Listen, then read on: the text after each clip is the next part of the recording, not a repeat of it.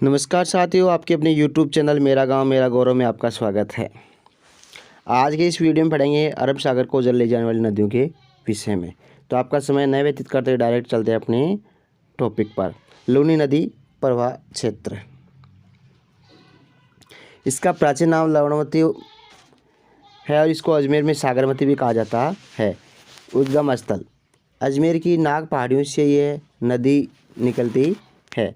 बहाव क्षेत्र अजमेर से निकल कर के दक्षिणी पश्चिमी राजस्थान जैसे नागौर, पाली, जोधपुर, बाड़मेर, जालौर में बहकर गुजरात के कच्छ जिले में प्रवेश करती है, फिर कच्छ के रण में विलुप्त हो जाती है।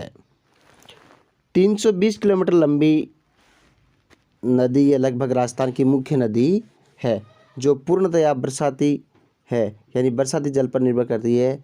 और इसके उद्गम स्थल पर इसको सागरमती कहते हैं, फिर इसको सरस्वती के नाम से जानते हैं और उसके बाद में इसको लूनी नदी के नाम से भी जानते हैं।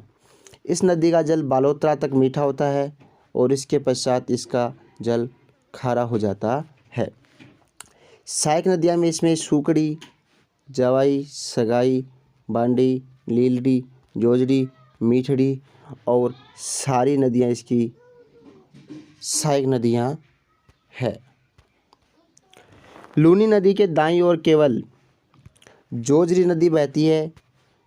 इसका उद्गम स्थल नागौर के पोंडलू गांव की पहाड़ियों से है। शेष सहायक नदियां इसके बाईं ओर से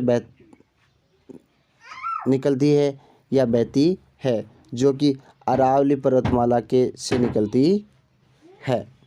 लूनी नदी से जोधपुर के जसवंत सागर झील में पानी की आपूर्ति होती है। जालौर जिले में लूनी नदी के बाद ये क्षेत्र को रेल या नेड़ा कहा जाता है। लीलरी नदी ये नदी अरावली पर्वत श्रेणी से निकलती है और पाली जिले के जैतारण और जैतारण के सुमेल और रास नामक गांव में बहती हुई दक्षिण पश्चिमी की ओर मुड़ जाती है। सुकड़ी नदी से मिल जाती है। निम्बोल नामक गांव में लूनी नदी से मिल जाती है। इस नदी इसी नाम से एक दूसरी नदी भी प्रवाहित होती है, जो 45 किलोमीटर दूरी तय करती है और गोरिया और बोयल नामक गांव में प्रवाहित होती है। माही नदी प्रणाली इसे आदिवासी की गंगा या कांठल की गंगा या बागड़ की गंगा भी कहा जाता है। चंबल के पश्चात दूसरी ऐसी नदी है जो 12 मास बहती है। माही को दक्षिण राजस्थान में सोनरेखा के नाम से जाना जाता है। उद्गम स्थल मध्य प्रदेश के धार जिले के सरदारपुरा के निकट विंध्याचल की पहाड़ियों से यह नदी निकलती है। बहाव क्षेत्र बांसवाड़ा के खांडू के पास प्रवेश करती है और फिर बांसवाड़ा डूंगरपुर की सीमा बनाती हुई गुजरात के पंचमहल जिले में रामपुर के पास प्रवेश करती है और इसी नदी पर कडाना बांध बना हुआ है। फिर खंभात की खाड़ी में गिरती है। इस प्रवाह क्षेत्र को 56 का मैदान भी कहते हैं। इसकी कुल लंबाई 576 किलोमीटर है और राजस्थान में माही नदी की कुल लंबाई 171 किलोमीटर है। यह नदी कर्क रेखा को 2 बार पार करती है। डूंगरपुर जिले के बेणेश्वर के निकट माही सोम जाखम का संगम होता है। इसे त्रिवेणी संगम भी कहते हैं। इस स्थान पर प्रतिवर्ष माघ पूर्णिमा को मेला भरता है, जिसे आदिवासियों का कुंभ भी कहा जाता है। सहायक नदियाँ जैसे सोम, जाखम, अनास, हरण, चौप और मोरेन इसकी सहायक नदियाँ हैं। बांसवाड़ा के बोरखेड़ा गांव के में माही बजाज सागर का बांध इस नदी पर बनाया गया है। सोम नदी इसका उद्गम स्थल ऋषभदेव के उदयपुर के निकट बाबलवाड़ा के जंगलों में स्थित बिच्छा मेढ़ा की पहाड़ियों से होता है। यह नदी उदयपुर और डूंगरपुर में बहकर उदयपुर डूंगरपुर की सीमा बनाती हुई डूंगरपुर जिले के बेणेश्वर स्थान पर माही नदी में मिल जाती है। जाखम, गोमती व सारणी उसकी सहायक नदियाँ हैं। जाखम नदी ये नदी प्रतापगढ़ जिले में छोटी सादड़ी के निकट भंवर माता की पहाड़ियों से निकलती है और बांसवाड़ा और प्रतापगढ़ के आंशिक जिले में बहकर डूंगरपुर जिले में सोन नदी में मिल जाती है। साबरमती नदी उदयपुर जिले की अरावली की पहाड़ियों से उत्तरी ढाल से निकलकर ये गुजरात के साबरकांठा जिले में प्रवेश कर खंभात की खाड़ी में गिरती है।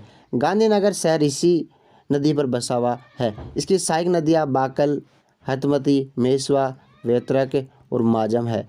सभी डूंगरपुर और उदयपुर से निकलती है। इस नदी के किनारे महात्मा गांधी का साबरमती आश्रम भी स्थित है।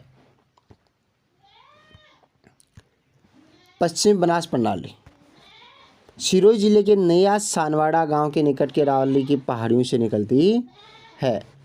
सिरोही में बकरी एक नदी गुजरात के बनासकांठा जिले में प्रवेश करती है, फिर लिटिल रन कच्ची खाड़ी में विलुप्त हो जाती है। गुजरात का दिशा शहर इसी नदी के किनारे बसा हुआ है। जवाई नदी बालीपाली के गोरिया गांव में इसका उद्गम स्थल है।